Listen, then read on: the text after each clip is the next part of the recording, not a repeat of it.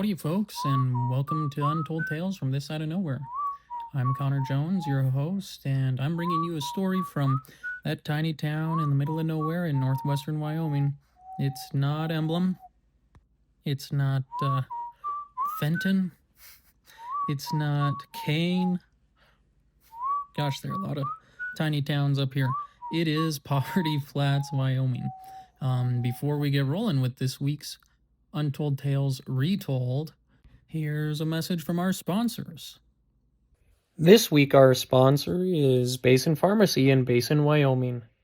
Basin Pharmacy is your hometown pharmacy, as well as your source for over-the-counter medicine, vitamins, and supplements. They also carry office supplies, Russell Stover's chocolates, and greeting cards. The friendly folks at Basin Pharmacy are happy to help with any of your medicinal needs, whether you have a prescription to fill or a question about your meds. You can stop in Monday through Friday from 9 a.m. to 6 p.m. and Saturdays from 9 a.m. to noon. Do you have a noxious weed problem? The team at 307 Pest Management can help.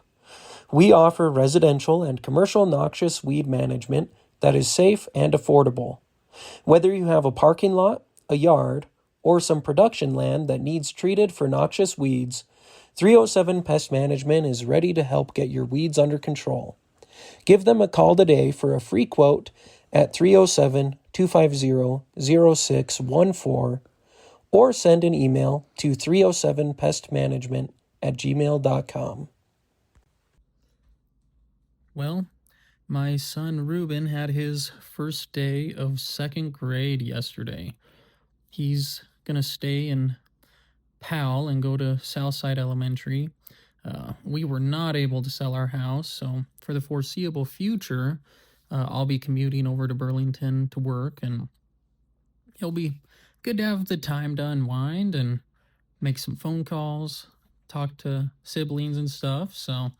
But in the meantime, Ruben is super excited. His teacher is Mrs. Tacos, and it's going to be a great school year. So I get students in Burlington next Wednesday, and I'm super excited about that. We are going to have an awesome year. So anyways, thinking about stories from the past, I remember lots of mornings standing at the bus stop with our cousins out there in Poverty Flats, and we played together all the time. It doesn't mean that the play was always nice, but we were always playing. And today's throwback story is about one of our more warlike games. This is called The Great Dirt Clod War. Check it out. Part of what I love about teaching is telling stories, and this week I've got another great story for you called The Great Dirt Clod War. If you haven't heard of the Dirt Clod War, well, I'm about to fill you in. Here goes. Living in the trailer house in Poverty Flats, Wyoming, probably wouldn't be considered by most to be the ideal situation for a family of 9. No doubt about it. For one thing, all 4 of my older sisters shared a single room, and Annie, the 5th and youngest of the girls, didn't have a room at all. My twin brother Fred lived in fear of jumping into bed and discovering quite suddenly what the crawl space of the trailer house looked like, since the floor under his side of the bedroom we shared sagged like a swayback mare. The trailer house was a tin-covered oven during Wyoming's high desert summers and a chest freezer during its winters. That being said, we kids didn't mind living in the trailer house. In fact, we loved it.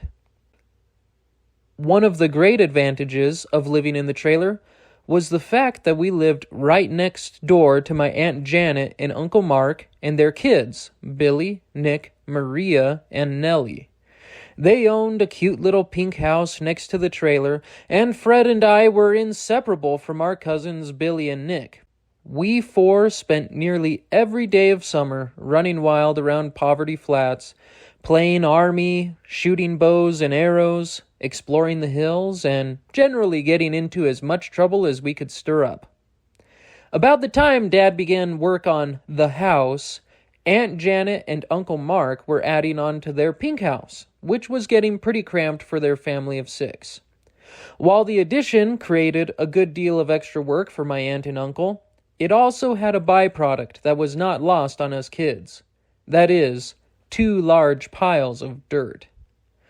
For the kid that has grown up in town with neatly manicured lawns, sidewalks, and homeowners associations, the prospect of having a large pile of dirt in your backyard, and I mean a bona fide miniature mountain, may seem almost too good to be true. But I'm telling you, we really did have not 1, but 2 mounds, consisting of several cubic yards of dirt simply piled up in the space between our 2 houses. When the backhoe began digging out the crawl space at Aunt Janet's, like some prehistoric beast, we thought our enjoyment would end when the backhoe drove away. But we were in for a much bigger treat. I remember the day after the backhoe had done its work, Fred and I met Billy and Nick in the space between our houses after hastily wolfing down some breakfast and doing our morning chores. "Hey, Nick! Hey, Billy!" I called as we walked up the well-beaten path that led from our front door to theirs. "Hey, Al! Morning, Fred!" Billy called back, giving us a little wave. "Wow-wee!" I exclaimed, coming to a halt between the newly minted dirt hills. "Look at all this dirt!" "Yeah, there's a bunch of it," Nick beamed. For a moment, the 4 of us just stood there and surveyed the twin dirt piles appreciatively.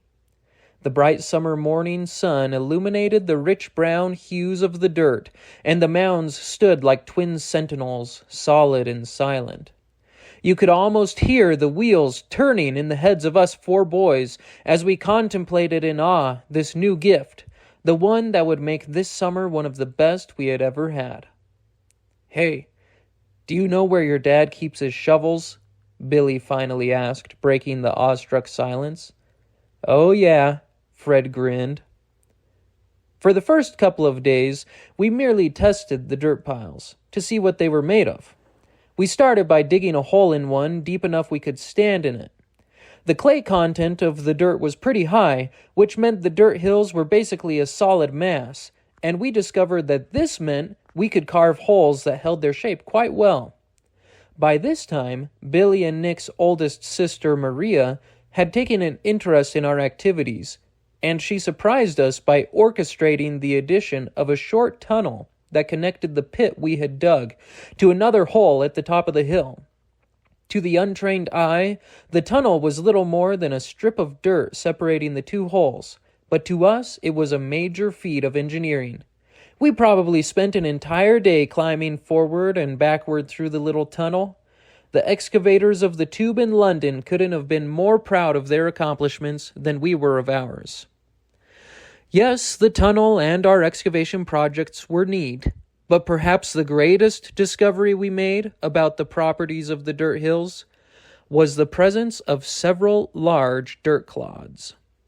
"Wow! This one is the size of Nick's head!" Billy gasped, lifting a dirt clod out of our latest excavation. "Yeah, and it looks like your head too," Nick fired back. "What a witty remark. Do you come up with them yourself?" Billy asked. With a grunt, he heaved the clod onto the ground, where it busted into pieces. Nick scooped up one of the clods and hefted it in his palm.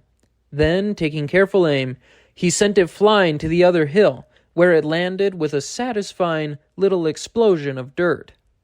About 15 yards separated the 2 hills, so it wasn't too hard for us to throw clods between them. And before long, we were launching barrages of dirt clods at tin trash cans, piles of other dirt clods, unsuspecting cats, and anything else we could find to use as a target. One of our favorite games to play with dirt clods was Mass Extinction. Fred and I graciously provided a collection of large plastic dinosaurs, which we arranged in lifelike positions on the hill. Once the prehistoric predators and their accompanying prey were set, we would take a step back and then reenact the meteor shower that ended the 140 million year reign of the dinosaurs. "Nice shot, Billy," Fred cheered as Billy's well-aimed throw clobbered a large brachiosaurus and sent it tumbling. While we threw dirt clods, each of us kept up a chorus of sound effects that included passable imitations of meteors crashing to Earth, explosions, and the cries of terrified dinosaurs.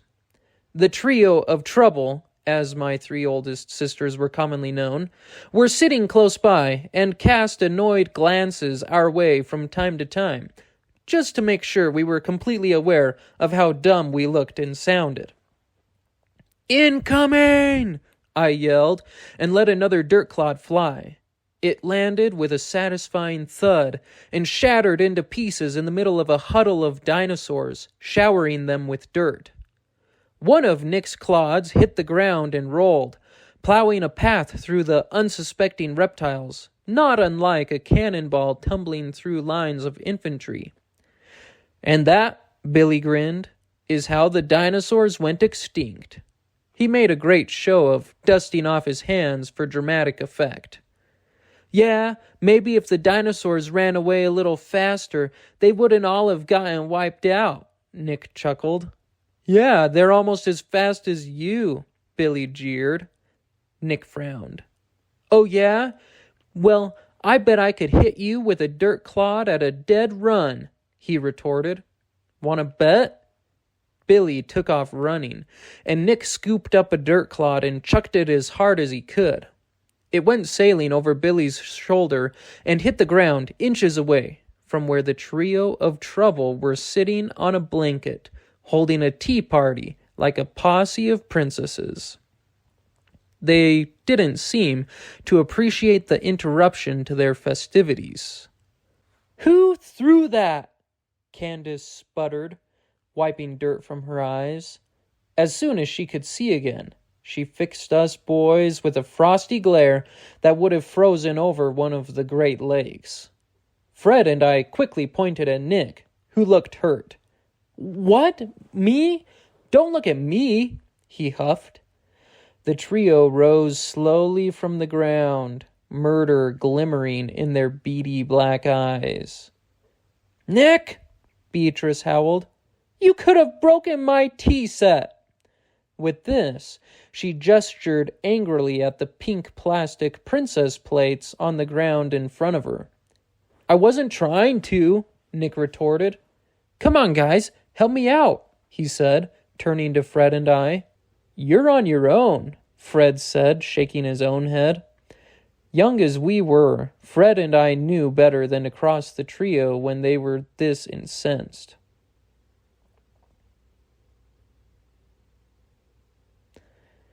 "You're on your own," Fred said, shaking his head.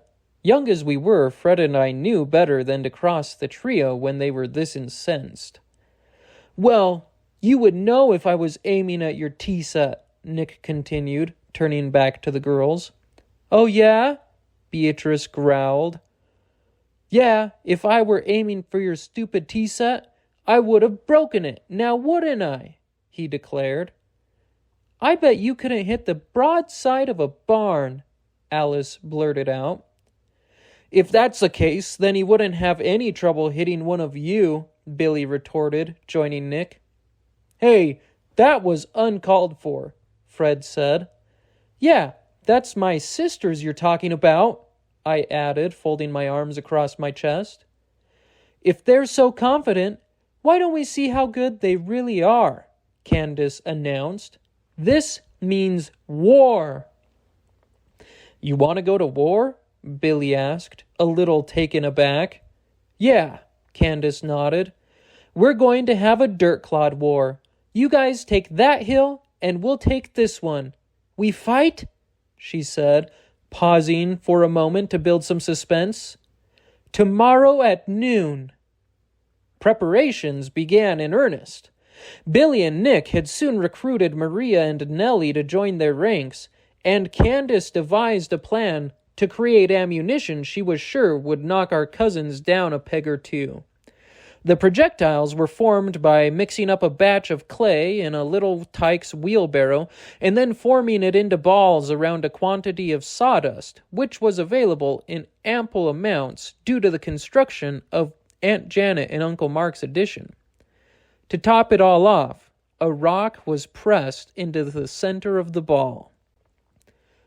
The outer shell will break, Candace informed us, pointing to a diagram she had drawn of the mud sawdust rock balls, and then the sawdust will get into their eyes.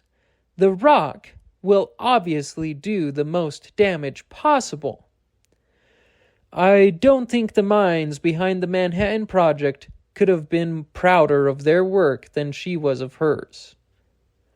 Fred and I joined Beatrice and Alice in obediently shaping the lethal clay missiles, which ended up being about the size of tennis balls. On the back side of our hill, Candace oversaw the carving of a set of stairs, as well as the construction of shelving where we stored our ammo.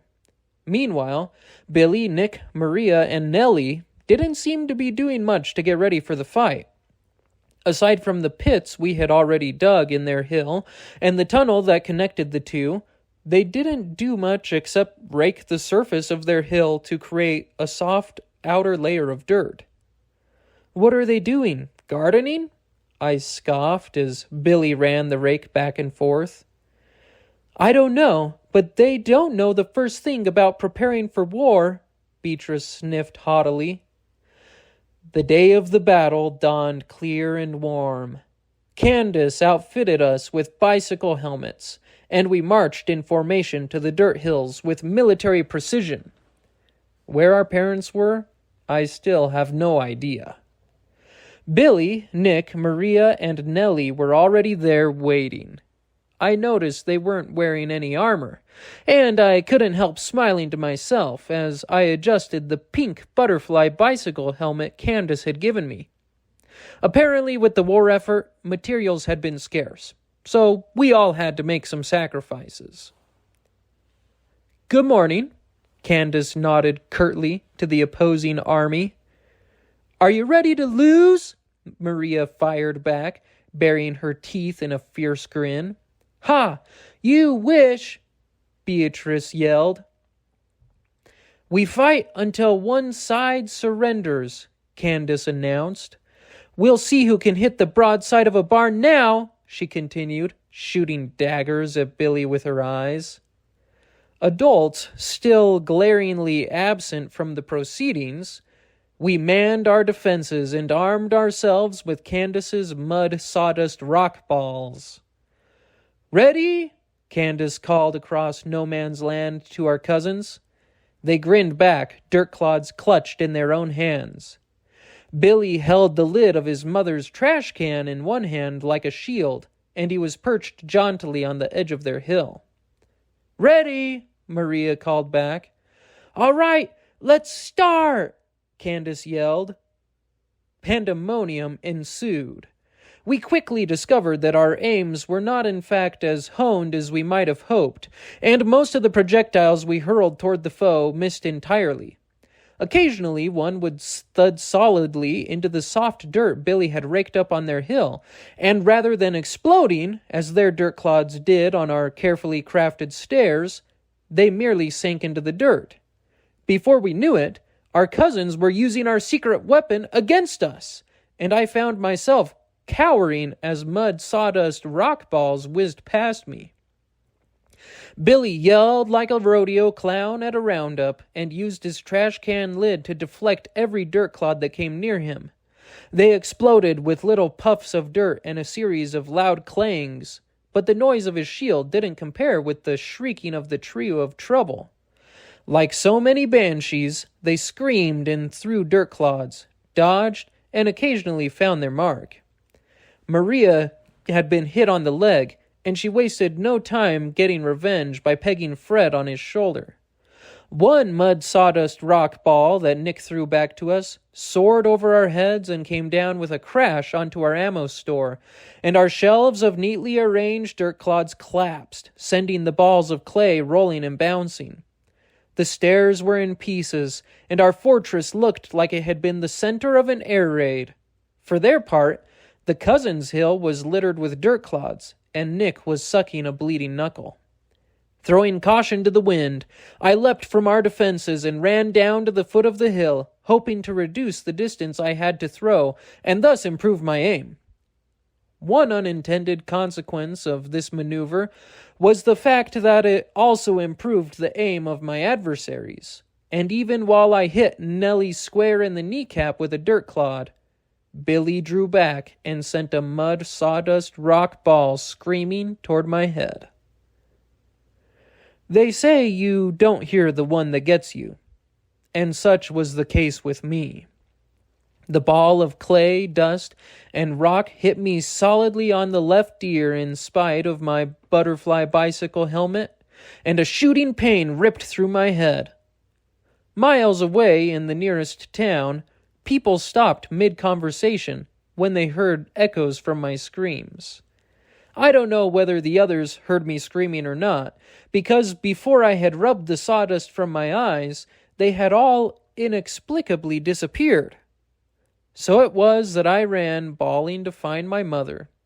I suspected this is what everyone else thought would happen, and most likely explains their absence after I got hit by the dirt clod.